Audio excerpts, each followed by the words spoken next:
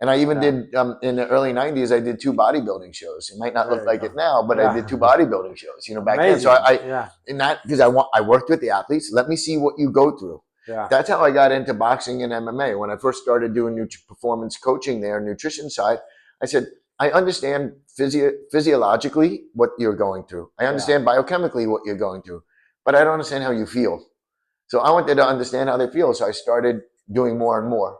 And then to me, that made it where you can connect one on one with the athlete and you can help them get to their goal nutritionally. It's important to walk in someone else's shoe to feel it. And one of the things I learned also is that there is a big influence from the fitness community itself on dietary styles, Yeah. on that of combat athletes. And Oh, I've had to spend an inordinate amount of time with combat athletes trying to deprogram them from trying to look like the cover of Men's Health, exactly. right? Because Because that's not going to, you that's have not to what they fuel want. yourself Yeah. for what you're going to do. If you're, Yep. and it's different when It's you're fuel for presenting it, sleep versus, for it, recover for it. It's three important things here. It's very important. Like you should repeat yeah, that. 3 important things, yeah. right? Sleep. Sleep for it, recover for it, and fuel for it mainly, right? And one of the things about fuel that we can't underestimate or say enough importance of is hydration. Hydration. Right? By the time you feel thirsty, they say you're already underhydrated, dehydrated, Yeah. whatever. So the idea is we have to stay hydrated. Men are supposed to get on average about 3.7 liters per day minimum, and women 3 liters per day, just of fluid, Just the right? fluid. Most don't. Most don't. I mean, especially here, if you live Athletes in, do a little bit more that yeah, are paying attention to it. But if you think about walking around with a gallon jug and you're supposed to drink about 3/4 of it yeah. for your day, as a I used to do that more. I should do it often, actually. But also, hydration plays a big role in focus and yes, fatigue. So yes. many times, and mood.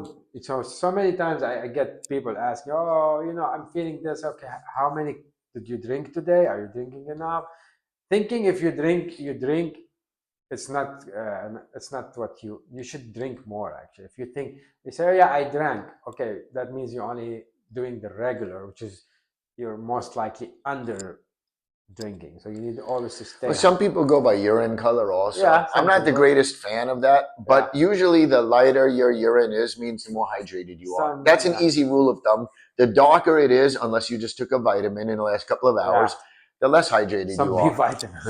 Yeah, because when you take a multivitamin, Yeah, the B vitamin riboflavin, yeah, right? Part of its function is under light. It's fluorescent, so it yeah, actually is very like the yellow yeah, that glows in the dark pee that you get sometimes with the exactly. multivitamin. Now, some people will say, um, right, water soluble vitamins. What you're excreting is what when you take a vitamin is Yeah, what your body just doesn't need at the doesn't time. know. Yeah, I People will say, "Oh, that means it's a waste of a vitamin." No, no, your body has what it needs at the time, and then your body's getting rid. yes, It's a balance system. It's not a waste. It's something that it's an insurance policy to help make sure you're getting what you're supposed to. yeah. Because the average person may be different than the fitness enthusiast, the athlete. Doesn't always eat 5 to 9 fruits and vegetables per day. Isn't getting complex carbohydrates in their No, diet. They're getting processed foods, on the go yeah. foods, and other stuff where there's higher calorie but less nutrient density, right? Most Where of the athletes, time, yeah. typically have nutrient dense, and you need to push them for enough calories. That's the case almost like all the time. You got to push clients and Well, athletes. I Yeah, remember the first time I worked with another UFC fighter was Anderson Silva, right? When he was going up from a weight class of 185 to fight at 205. wow, And we needed to get in a base of about 8,000 calories per day. per And it day. wasn't easy No, because of the amount of 2 or 3 times of training per day, right? And then rest and then eat and then food prep. And, we had these big discussions about how can we do it where he's still, with that volume of food for 8,000 yeah, calories, still be able to do all of his training and not complain of feeling bloated or having to sit on the pooper all day. You it's know? not easy, but you get your system used to it. But you did it with him. Oh yeah, that was back when he went. Now I'm talking years ago at Yeah, UFC, not recent fighters, but no, I mean it was an experience helping somebody to gain the 20 again, pounds, it's right? So, he would be able to fight at 205. I think that was the fight where it was him versus Forrest Griffin, if I remember right. Okay. But there's one more thing. What would you like to Always and share with anytime, us? sir. Huh? What? That's it? No, no, I said always and anytime. Ah. Yeah, one more thing. Go ahead. Sorry, sir. So what's your like? What's your one advice or like two advices you could give us? From a sport nutrition perspective, Sports nutrition perspective. this is sport nutrition and this is also philosophy in life. And I'm Yeah. not trying to be like hotty toddy, but those people You can. those people that Yeah. fail to plan, they plan to fail. Yeah. And so if you are working on a goal, whether it's physically or emotionally or educationally, you need to have a plan. I'm not saying you need to go overboard with it, but you need to have a plan. So that structure helps you achieve your goal, right? So from that perspective, I think it's great to be open to educational opportunities.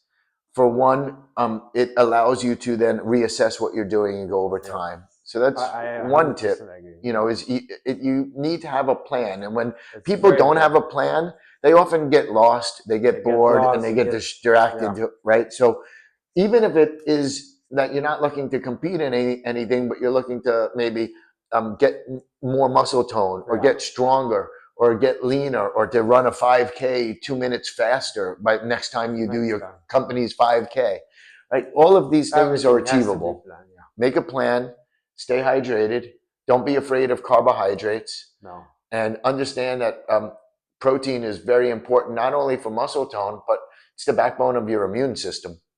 And the other nutrient, I'm sorry to drive home, is No. uh, healthy fats. And what I mean is not talking about avocado toast, but the essential fatty acids, Yeah.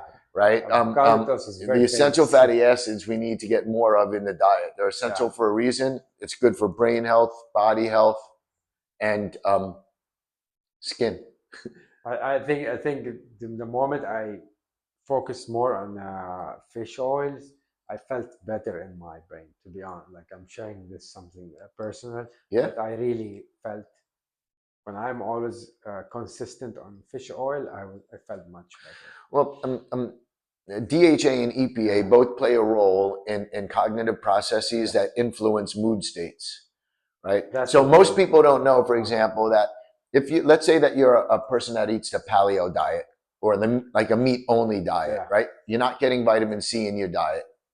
Don't tell me you're supplementing with it, right?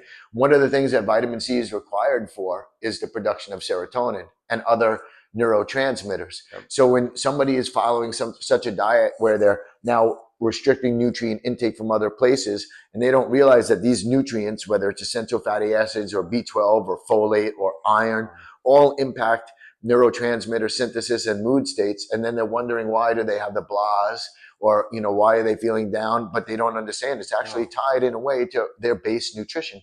So I like to address these things first, so that you can be optimally here, optimally here, and then optimally here or here. All right, Dr. Doc, thank you so much for your time.